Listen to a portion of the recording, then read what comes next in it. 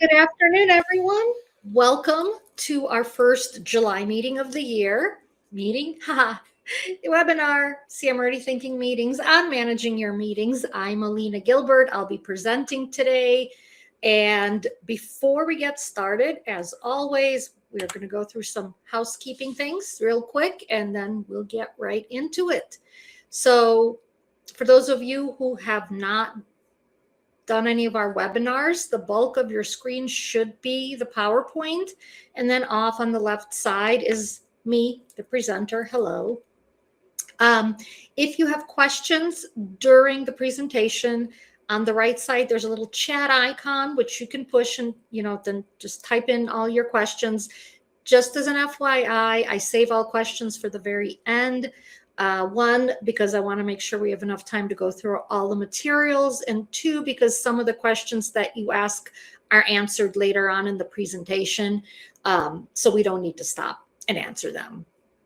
If you are having any kind of audio or video issues, on the bottom is a little button that says audio or video issues.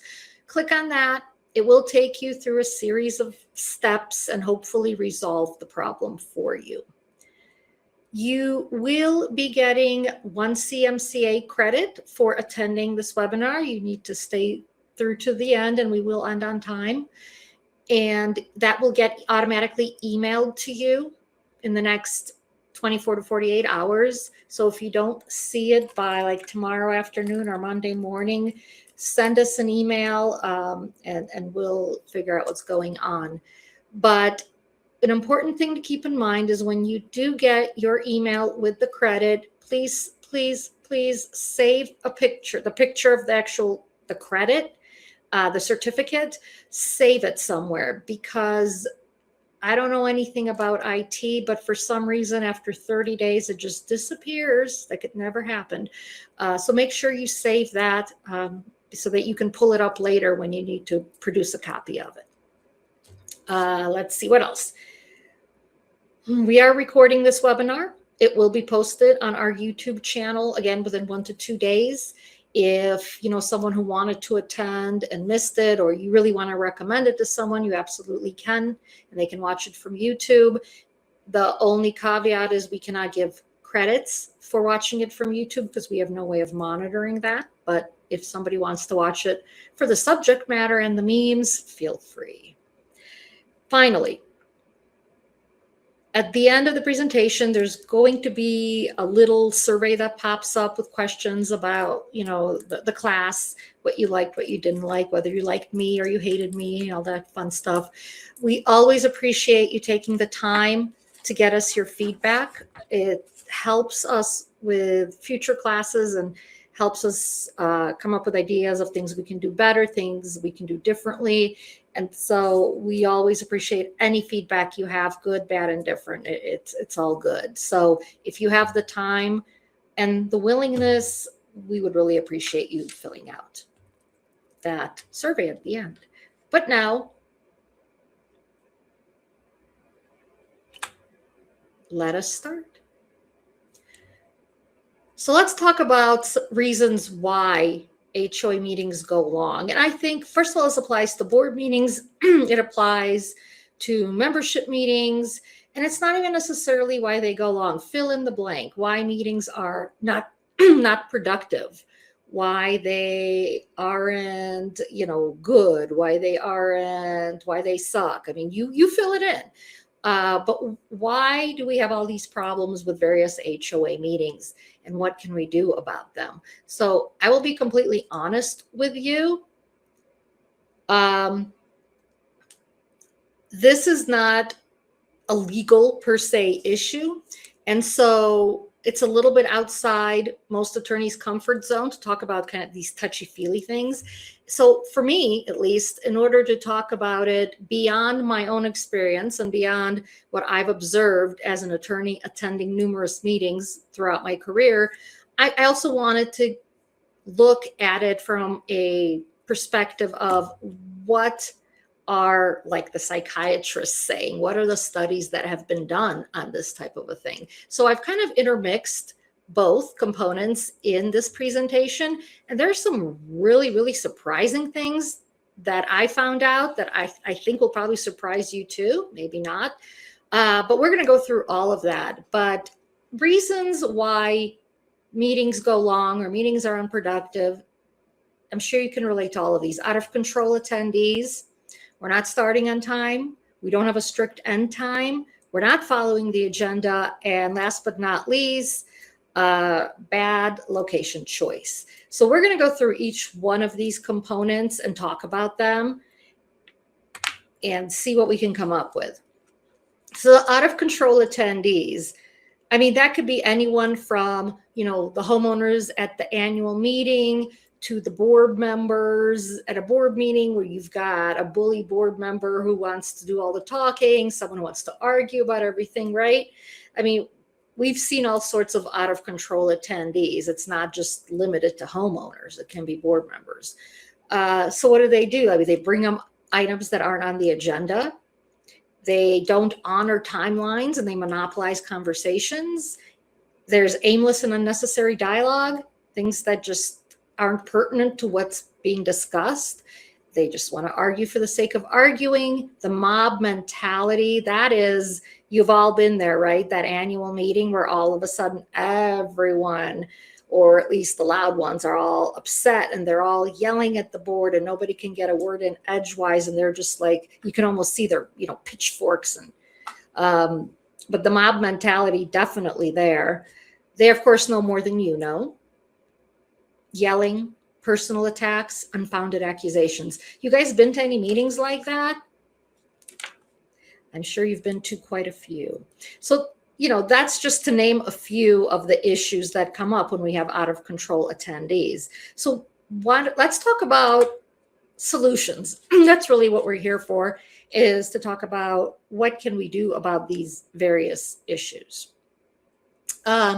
So I talked about this a little bit at the last webinar I did, which I don't know if any of you were at, but we talked about strategically choosing who runs the meeting. We know that, under the bylaws, the board president runs the meetings, but that is, that duty can easily be delegated to anyone else. It doesn't even have to be another board member.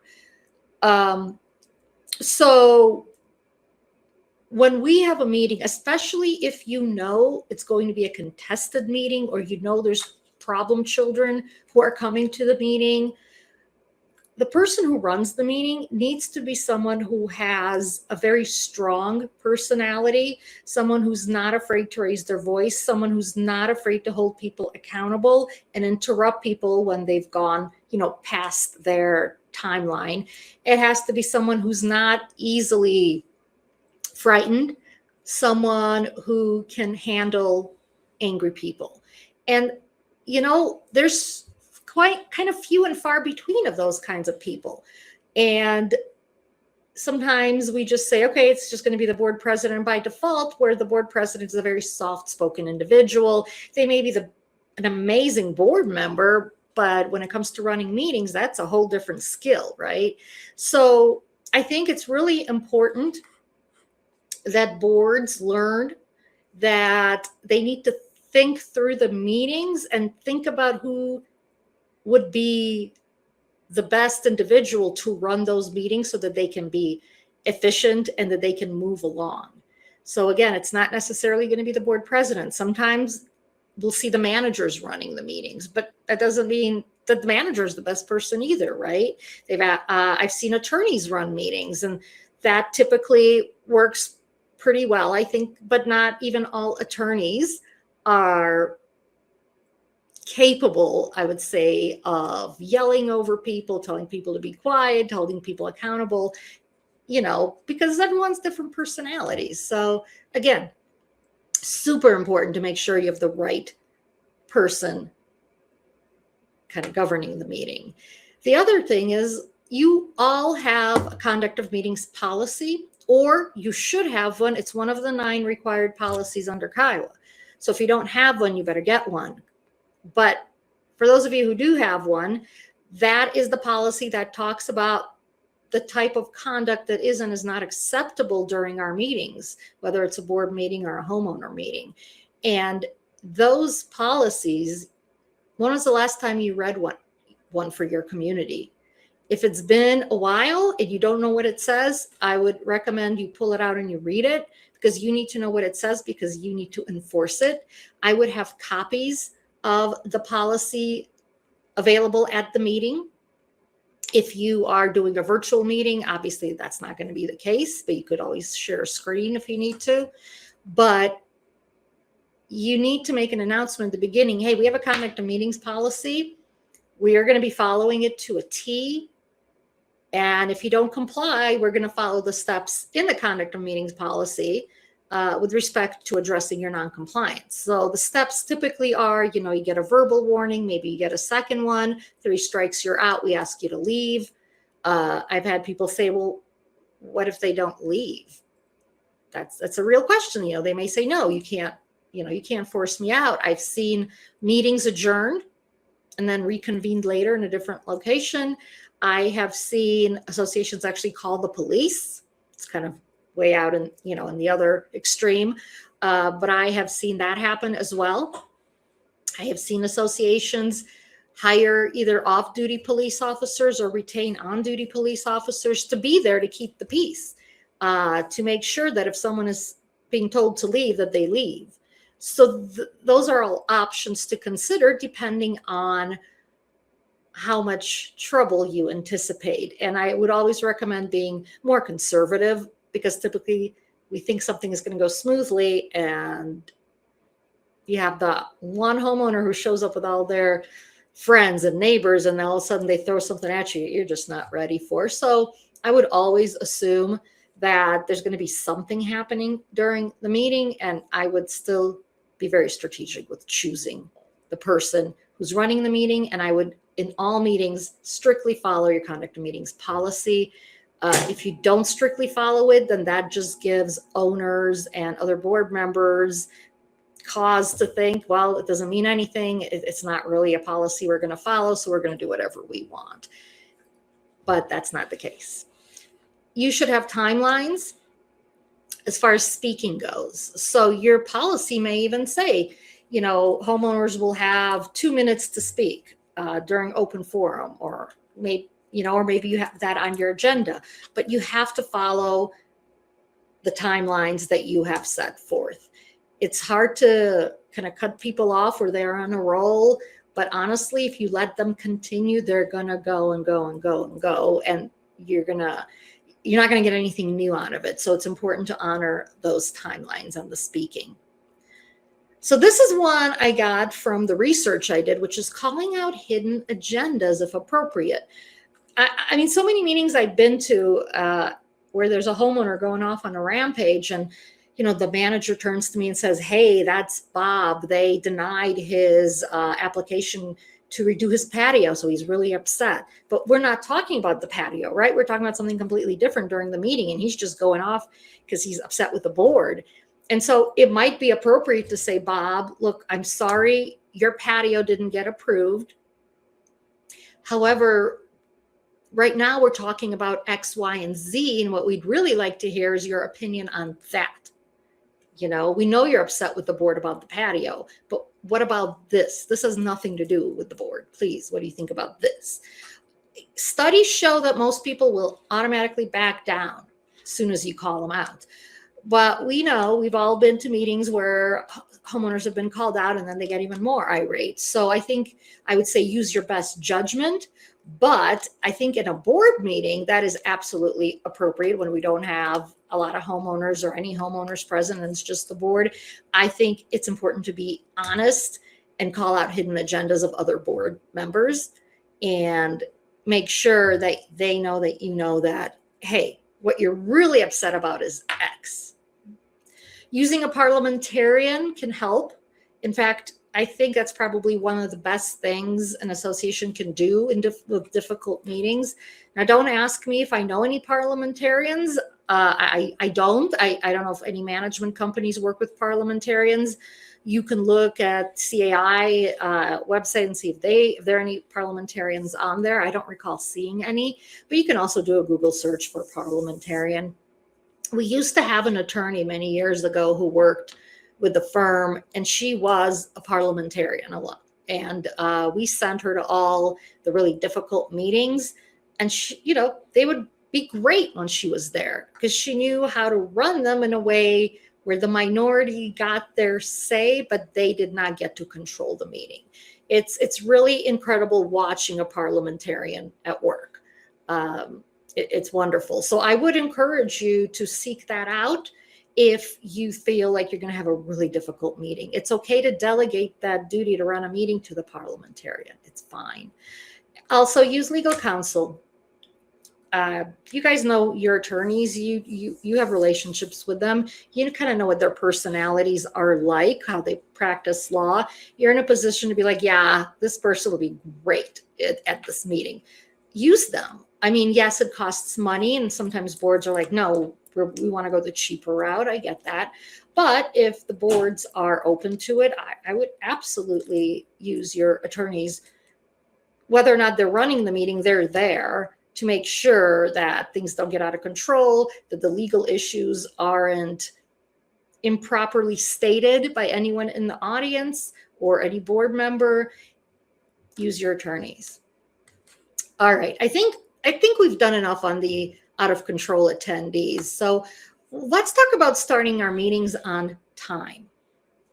So one amazing thing that I discovered, if you see the little stars at the bottom in purple, the Journal of Organizational Behavior did studies on this, and they found that meetings that start late are significantly less productive. For every 10 minutes that you're late, you lose about a 1/3 of your productivity or the effectiveness of the meeting. I was floored when I read that. I did not know that. I don't know if you guys knew that, but if not, this is a really, really important thing because our meetings don't start on time for the most part. I can't think of a meeting I last attended that started right on time. Why don't they start on time? Well, not everybody shows up on time, right? Hence the term fashionably late. It's accepted in our society for people to be late. It's a cultural acceptance of grace periods. We see them everywhere. We give people grace periods to pay their assessments, right? We give them grace periods to come into compliance with violations. Nothing is immediate. It's this cultural acceptance of it. But for meetings, that's a big, big detriment for us. You start your meeting 10 minutes late, you're going to lose 1/3 of your productivity. That's awful. Imagine that. So we don't want to do that. You want to get into the habit of actually starting your meetings right on time. So sometimes meetings don't start on time because we have an inefficient sign-in process. For example, an annual meeting, and we have a sign-in process where everyone signs in kind of one by one, and we have a herd of homeowners showing up. We expected maybe 10, and now we got 50, and so sign-in is going to take longer than the meeting, maybe, right? 2 hours to sign in. You've been to those meetings. I think it is important to realize that could also be a source of lateness. We chit chat before the meeting starts. People are walking around, they're talking. Board meetings, board members are talking to each other about stuff that's not really pertinent to the meeting. They're just chit chatting. We're human. We like to be social. We have sometimes where the attendees are not organized. They haven't gotten all their ducks in a row. They're not real certain on what they're going to talk about. And, obviously that creates problems. And then sometimes we have people who have back-to-back events scheduled, like they're not properly managing their time. So I might have a work thing until 5:45, but then the board meeting starts at 6. Well, I'm a half hour out from home, to get to the board meeting, so I'm going to be 15 minutes late. Happens all the time, right? You've seen it, you've lived it, and the goal here is to start the meetings on time. So what do we do? How do we get there? Well, one thing you got to start doing is starting the meetings even when someone isn't there yet. Every board meeting I go to, it's like I will show up, even if they're virtual, and not everyone's there. And then the board's like, well, let's wait 5 minutes. We end up starting 10 minutes late because one of the board members isn't there, or because they forgot and somebody had to call them and say, hey, you're coming to this meeting, or they had trouble logging in. I mean, there's always a reason, but boards tend to wait, and that's really not acceptable. You should be starting right on time. Regardless, you got to set that expectation. When somebody shows up late, don't stop the meeting. Okay, we're just going to keep going. They showed up late. They're the ones who have to come in. They're the ones who have to get situated. It's not our job to stop the meeting for them, as well as filling them in as to what they missed. If somebody comes in late, they're like, hey, what did I miss? You can say, I'll talk to you after the meeting and give you a rundown. We're not going to stop the meeting for it. They're the ones who are late. Sign in. Okay, prepare for that in advance. I mean, there's different ways. I've seen different management companies do sign in. I've had, like alphabetical sign in where you've got like 3 people signing people in and they each have, a group of letters from the alphabet. I've seen other ways. I mean, it's just, there's creative ways to do sign in if we're expecting a big crowd. So we need to think about that ahead of time. And think about how many people we're expecting and then kind of double that just to be safe. You want to start emphasizing to the attendees that the meeting is going to start on time. You might be up there grabbing a cookie, Bob, but we're starting on time, even if you're still there grabbing a cookie. So it is important that that is very clearly stated to all the attendees. And I would recommend even stating that when if you're sending out meeting notices, the meeting will start right at 6 p.m., whether you're here or not. It's super important. One thing that was suggested in the research was maybe you have too many meetings. I don't know that that is really applicable to most HOAs. If anything, I tend to think some HOAs have too little meetings. But that is still something that is worth considering. Do we have too many meetings? If so, can we cut down? And then this next one is another one recommended through these meeting organization studies, and that is don't ever start on the hour. Schedule your meetings to start either 5 or 10 minutes after the hour. Again, because we're kind of programmed to show up late, somehow it is easier for people to be on time when the meeting starts at 6:05 or 6:10 instead of 6 right on the dot. And honestly, when I read that, I was kind of like, well, that just seems weird. I don't even feel comfortable with that. What do you mean it starts at 6:05? That's stupid. But apparently it does help with getting people to the meeting on time. So again, food for thought. Maybe we'll just we'll have the meeting start at 6:05, but we will start at 6:05, whether you're there or not. Now, I know for us, we have quorum to consider, right? And we can't really start any meetings until we have a quorum there. And especially for the board, we always want to make sure we have a quorum of the board present because we can't really have the meeting otherwise.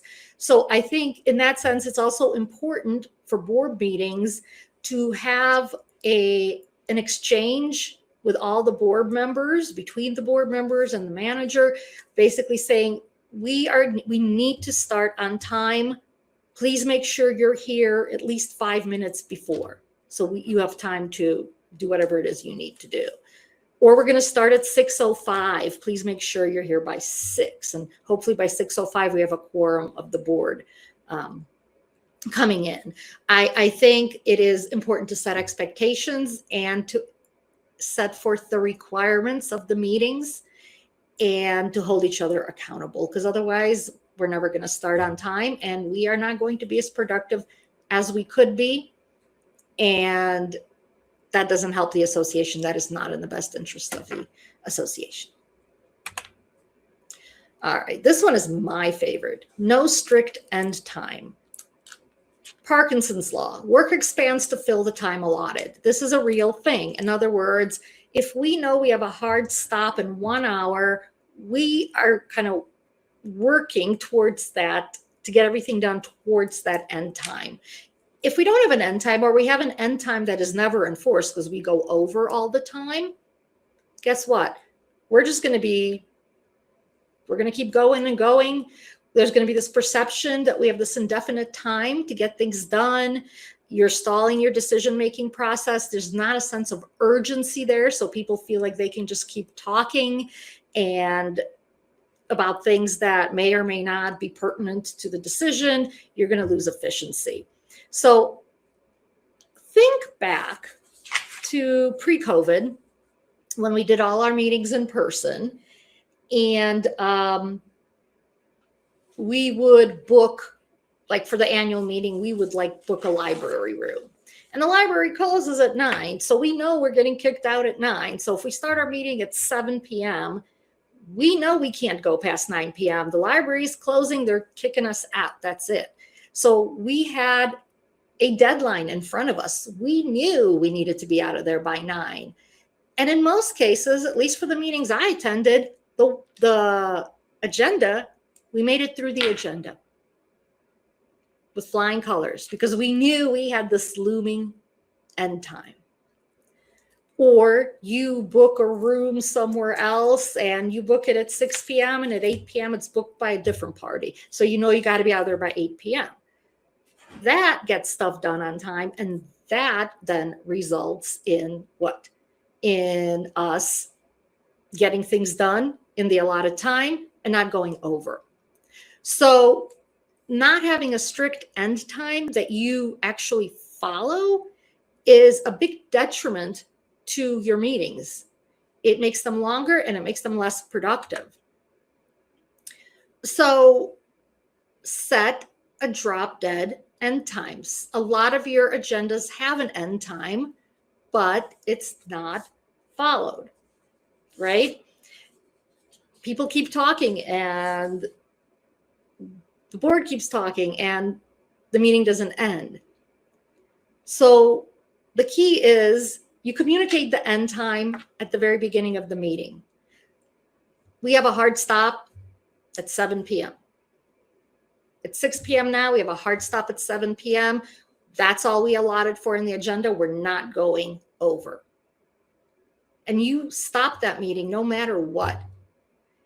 People are going to start getting used to that, and they're going to start being more efficient during the meeting if you consistently do this. Another interesting point was the studies recommend starting your wrap up when you only have 25% of your time remaining. So if you have a 1 hour meeting, at the 45-minute mark, you're going to start your wrap up. If you have a 2 hour meeting, at the hour and a half time, you're going to start your wrap up. I never thought about it that way, but apparently the studies show that that is the amount of time needed to completely and fully wrap everything up to be able to end the meeting on time. And then the other thing is, and I think inherently we know this, although I don't think we really do this most of the time, is when you create the agendas, do you actually put the time on there? So for example, sometimes we'll say, homeowner forum, 20 minutes. Maybe you put that. Sometimes let's say, instead of doing that, we say homeowner forum, 6:10 to 6:25 p.m. You've allotted that time, that 15 minutes for homeowner forum. And at 6:25 then, you are stopping the homeowner forum. I don't care if you have to stop someone mid-sentence. That's it. We need to move on. We got to stick to the agenda. So put those time limits on your agenda, but you need to stick to them. And again, this kind of goes back to who's running your meetings and are they comfortable with cutting people off and saying, we got to move on? I think there are people who can do that, right? So I think having an end time is really, really important for your meetings and to be able to make sure you get everything accomplished. Next, not following the agenda. So speaking of the agenda, right? Let's create agendas that have specific time limits and actual times of when what is going to be discussed. Let's stick to that. But where do we go, of course? Where do we not follow the agenda? Well, what happens when we don't follow the agenda? Well, you're talking about things that aren't on the agenda. You're wasting time. You're getting into unproductive tangent discussions. I was at a board meeting not even that long ago. The action item was voting on the landscaping company. Okay. Instead of having a discussion about the proposal or the company, one of the board members goes off on a tangent saying, have you seen that common area parcel over at whatever, 62nd Street? I think it's looking pretty brown. This has nothing to do with the contract at hand, mind you. And then the other board members are like, yeah. And then you start this spiral of discussion about that tract. And then they moved on to another tract. And then they moved on to a third tract. And then they moved on to, well, what should we be doing about that? This took up a good 30 minutes of what was supposed to be an hour and a half meeting. No, that is completely unproductive. And then they had to rush and they couldn't even get to the rest of the agenda. So it's really, really important to stick to your timelines and to not lose focus and to go off on tangent discussions. It is extremely disrespectful to the attendees' schedules. I know we all have some board members, they don't have anything to do. Maybe they're retired, maybe they don't have family here, whatever. They like to sit around. It's good. They enjoy it. They enjoy the long meetings. It's socialization for them. But then there's other people, for example, who have families they need to get to. They got little kids they got to put to bed. They've got stuff they still have to do for their real jobs. There's all sorts of other stuff going on, and we don't really know what's going on with other people. Now, I'll tell you another story. You have these kinds of meetings and you call your attorney to be there. You're paying that attorney to be there. And meanwhile, while you go off on tangents, the attorney's just sitting there going dum, da-dum, da-dum, because we're not talking about anything legal. We're not talking about the stuff that you wanted the attorney there for. And you're spending your association's money to have your attorney sit there. That's happened to me many times. And a lot of attorneys will continue to sit there and charge for being there, as they should. I will personally say, are you done with me? Because you're paying me by the hour to be here. So, it's disrespectful, I think, to the guests who are there. You may have let's say you have your insurance broker there. My understanding, and I could be wrong, but my understanding is we don't pay insurance brokers to be at our meetings. They come as part of them just being our insurance broker, and they come and they talk about insurance stuff. Well, I'm sure that individual also has other things that they need to do or that they wanted to do. But the board goes off on tangents, or the attendees, the homeowners go off on tangents. We're not following the agenda. Everything gets extended. And now your insurance broker, instead of being there for half an hour like they planned, they end up being there for an hour and a half. I mean, I'm not trying to preach, but I do have an issue when that happens, because it happens so very often. And I think it's very important for all of us to be mindful of that and to really make sure that our agenda is very specific so that we can follow it. But how do we stay on topic? How do we not, what if somebody brings up a really good point? You don't just want to gloss over it, right? We can't just, so maybe the bad, the brown grass in this common area tract really is bad. Maybe it is something we need to talk about. So the use of a parking lot is highly recommended in most of these studies. And basically what it says is if something comes up that's really not on the agenda, but it's still important to discuss it, we need to write it down somewhere, whether it is, you have some sort of a board or somebody just taking notes. It's got to get written down. And then it needs to get addressed at some point. It can be addressed via email. It can be addressed by scheduling a separate meeting just for this topic, or if you're leaving time at the end for like new business, which I pretty much see on most agendas, new business, maybe it comes up at that point. But the key is, even if you are moving it to new, to new business, you should still have an allotted time frame for the new business.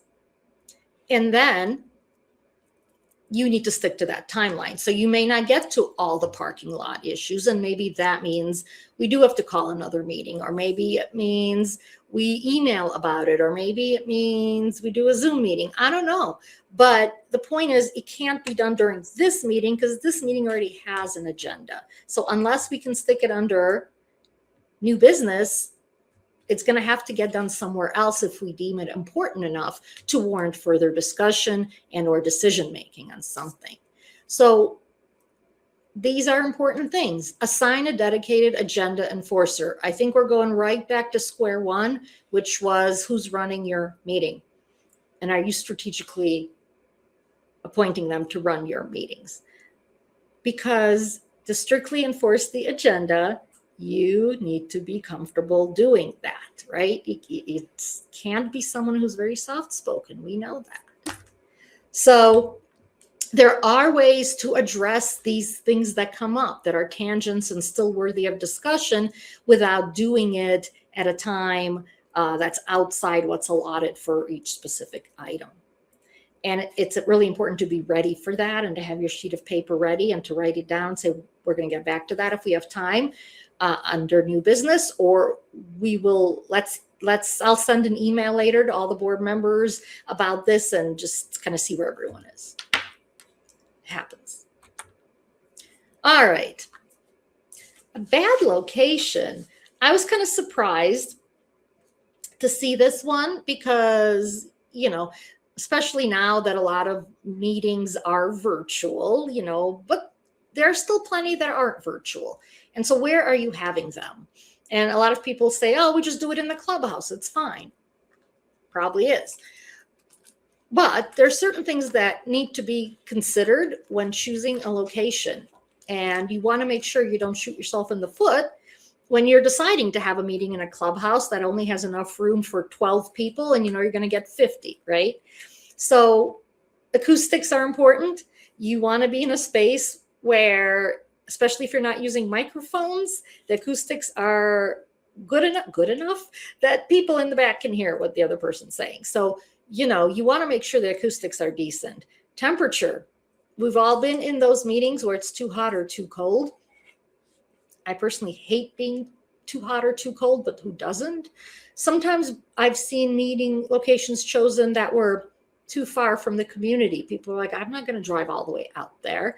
That's not a very common issue, I don't think, but I have seen it happen. Meeting rooms that are too big or too small. We think, we know we're going to have a whole bunch of people showing up, but we're going to do it in the clubhouse anyway because it's convenient, but it only fits 20 people. So you're going to have standing room only and people are going to be squished and the AC is not strong enough to cool off the room anymore. And now everyone's pissed off because they're just uncomfortable, right? Accessibility. Who can access this venue? Use of AV equipment. Oh, I will tell you a story because you know how much I love telling stories.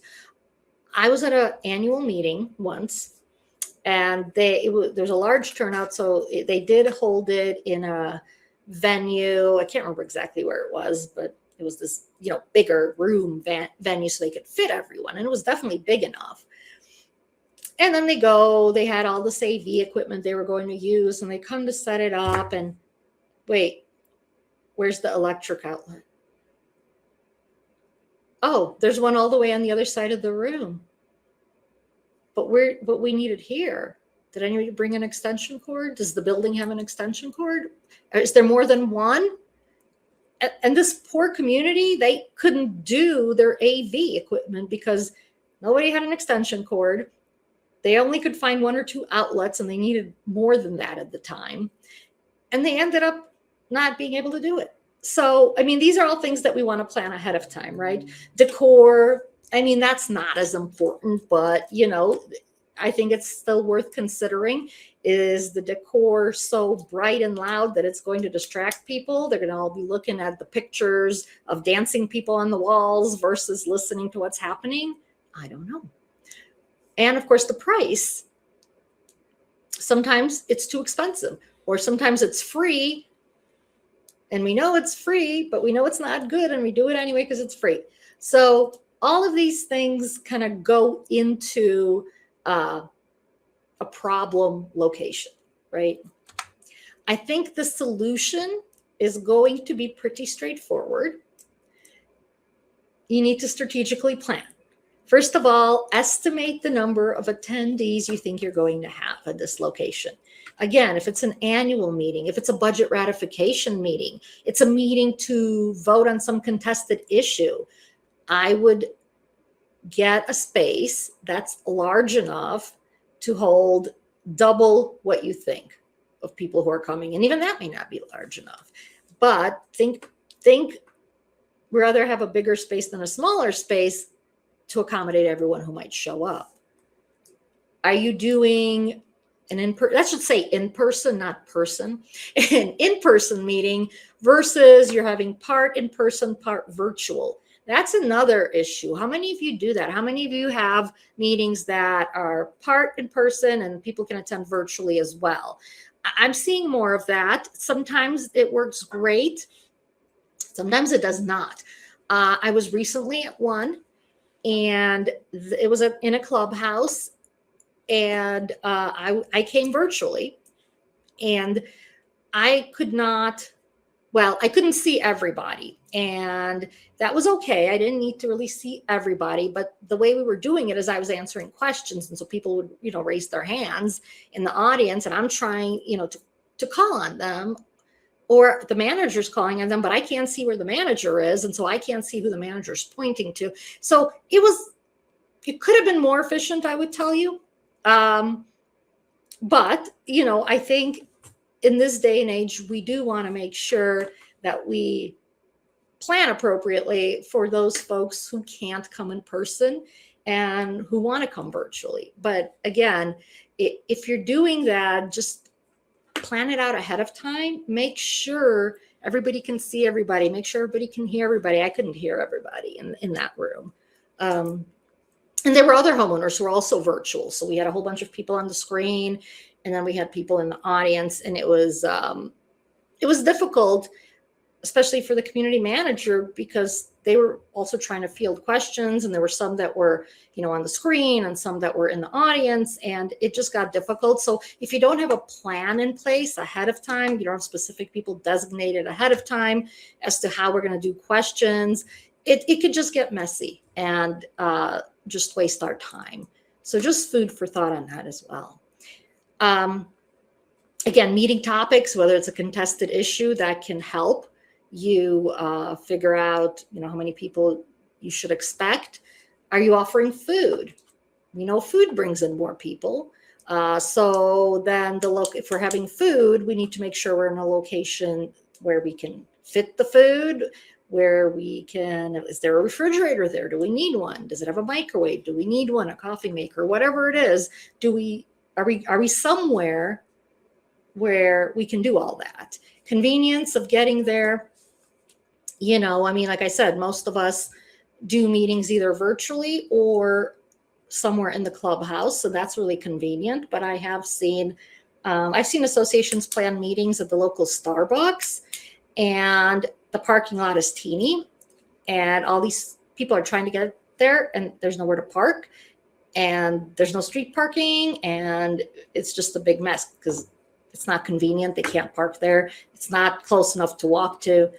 Not a good situation. And of course, time of year, if you're having an annual meeting and it's December and we're having a snowstorm, probably not a great idea to do it somewhere like way off site, right? Nobody's going to drive, or if they do drive, people are putting themselves in danger.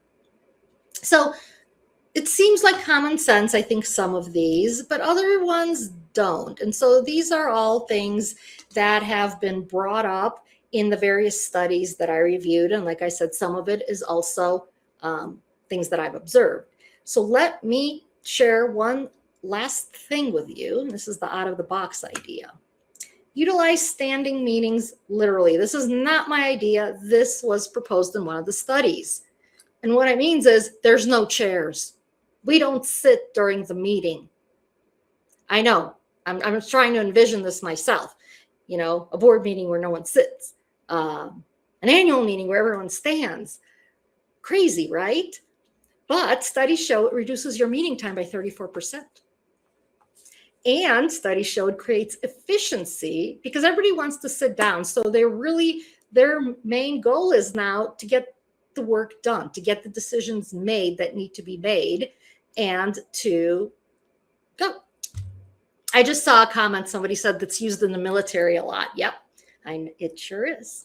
And the other thing that study shows is crazy, that people are more enthusiastic when they are standing, and they tend to be more skeptical when they're sitting. I can't say I understand that, but hey, that's certainly something to think about, and it eliminates a lot of distractions. So if any of you are ever brave enough to actually hold a meeting, whether it's a board meeting or a homeowner meeting with no chairs, could you please send me an email and let me know how it went? Because I'm dying to hear that. I think it's fabulous. And if it were up to me, I would try it at the next meeting I attend, but it's not up to me. So speaking of the military and how they do it in the military, there you go. How to make meetings much shorter. This is even better than not having chairs. This is planking. How would that work? I wonder. And hey, we are done with this. So we have 14 minutes to go through questions, and I don't think that will be, let me just click on the questions. Here we got people sharing their experiences of people screaming at each other at the meeting. Is there a sample conduct of meetings policy that could be shared? So unfortunately, no, I don't have one. Any policy that I have, I've drafted them for clients, and so they're all attorney-client privileged. I can't share them, but they are relatively inexpensive, or you could try doing a Google search for conduct of meetings policy and see what you come up with. I'm sure there's associations that have posted theirs to the website, so I would do that, but I don't have, personally, in our firm, we do not have one that we can just like share as a sample because they're all client privileged. Some owners are out of state and want to attend the HOA open board meetings via video conference. In-person board meetings don't allow them attending. Advice. You know, think of pre-COVID. How did people attend who were out of town then, right? You either show up in person or you don't attend. I think there is no legal requirement for a board to allow virtual attendance. If somebody wants to call in and be on a speakerphone so that they can hear, that's fine. But there's really no legal requirement for an association to create a virtual meeting link. So I think that's going to be up to that board and how accommodating they want to be. I know some boards do create a link for owners who want to attend electronically. But again, it's just not required legally. Should the hard stop time also be used at annual meetings? I sure would recommend it. I mean, my experience has been that at the annual meetings, the bulk of the time, I mean, the reports are generally fairly quick. The actual voting, you got to wait for the counters, but you know, that's generally well organized. And then where we stall is all the homeowner back and forth. They're asking questions, they're complaining, they're demanding, they're whatever it is that's happening. That's usually where the stall occurs. And so, you know, if you put the homeowner forum at the end and you allot a specific amount of time, then you just end it right there. And then I would definitely recommend it for your annual meetings, because those sometimes are the worst violators of going quickly. Oopsie. Sorry. Let's see. I wish there was a way to keep everyone standing in a virtual meeting. Haha, that's great. We have a rule. It's a virtual meeting, but you must all stand and we have to see you standing in the camera. All right. What if a board wants to record meetings and how should it be saved to the HOA files? So we don't generally recommend recording meetings because if you record it, then somebody can get a hold of the recording. That means it can be put on the World Wide Web and then you're never getting it back and it's multiplying exponentially. It could be modified. It could be cut and paste in a way where it makes it look like something happened that didn't happen. You know, AI is dangerous. It's scary. There's so many things people can do with that footage now. I don't recommend recording. If you are recording for the purposes of taking minutes, I would recommend immediately deleting it afterwards once the minutes are done. Boards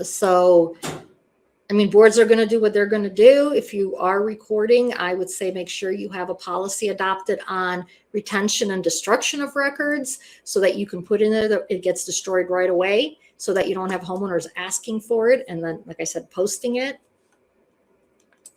Let's see. How should the board and the Zoom admin vet homeowners versus tenants and where only homeowners and members are allowed to attend the meeting? I think most of the time people who attend, they have to identify themselves and their unit and you compare that to the membership list. Sure, someone could lie and say, I'm Bob Smith of this unit and Bob Smith is the owner, but this is a tenant trying to say they're Bob Smith. You're not going to be able to do that to catch all of that, but ultimately the best way to vet it is just to name, address, cross-reference.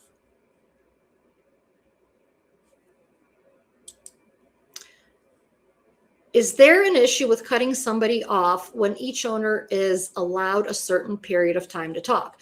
Well, you got to cut them off. You got to give them their period of time. So if you're saying each person gets 2 minutes, I think it's important to also say, everyone who wants to talk, you get 2 minutes. We're not going to get everyone in. We only have 20 minutes total for the homeowner forum. So we're only going to get 10 people in. I'm sorry. Raise your hand if you want to talk and we'll just randomly call on people and we're going to time you. I think that's how you need to do it if you're going to do it, right and keep to all the timelines. We do owner meetings, the budget ratification followed by the owner's annual meeting. Each meeting includes roll call. It's 126 units, and I have read each name for verification for a quorum. Is it necessary to do a formal roll call, especially back to back? It takes a lot of time.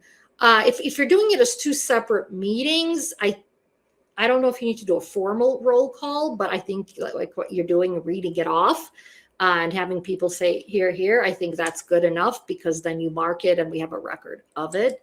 I don't know that you need to do like another formal sign in. I wouldn't do that. Do you have recommendations on how to handle Zoom chat sidebar discussions? That comes up a lot. And what I typically say is if it's too much chatter, turn off that feature. If you're the host of the meeting, you can turn off the chat feature. And then if the homeowners really want to talk, they can text each other on their phones. It's not going to be a disruption during the meeting. It seems to be a subject that I often hear about. And so I would just turn it off.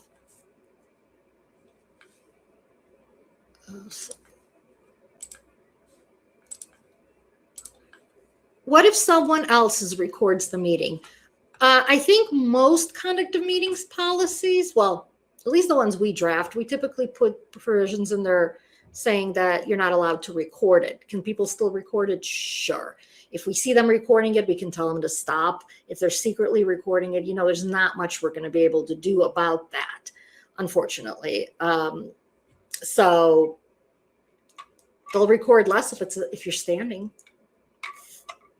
It'll be a quicker meeting. Ugh. There's just no easy answers. If people want to cheat, they're going to cheat. We conduct all our meetings virtually because we have both full-time and part-time owners. As a result, it is easier to deal with attendees because the manager has to unmute them to talk and can mute them if they go too long or unruly. Absolutely true and a great point. Virtual meetings are absolutely the best way, I think, to manage your crowd. You can mute, you can unmute, you can kick someone out of a meeting if they're not behaving. So I would encourage boards all the time, if you have concerns about people getting unruly and not being able to manage them, if you have concerns about safety, there are some boards that really are concerned. They got people threatening them. They own weapons. They're threatening to bring a gun. I mean, none of this is so important that's worth our safety, right? So I would say do virtual meetings in those cases. They're easy to run and you're safe. Let's see. Is it only one person per unit for homeowner forum? I mean, that's up to the board. The law doesn't speak to that, but ultimately it seems like if one unit equals one vote, you have one speaker per unit. If that's, what the board wants to do. If someone is not respectful of others and does not follow the decorum, can they be cut off? Absolutely. And I think if you read your conduct of meetings policy, I would suspect it has language to that effect saying if someone raises their voice, if someone acts inappropriately, if they swear at someone, if they yell at someone, threaten someone, that they are cut off and they have to leave. So I would take a look at their conduct of meetings policy. If it doesn't have that kind of language, you can consider getting it rewritten. Hi, Alina, I lost connection. Oh, sorry, you're just telling me you're here. Gotcha. Okay, those are actually all the questions. Oh, wait, hold on, one more. One particular board we have is all very new, and they always have a ton of questions about presented politics, etc. So it turns into educating the board instead of making decisions. Have offered work sessions to answer questions before that actual meeting. Any other suggestions on how to actually get to making decisions meeting instead of going over policy?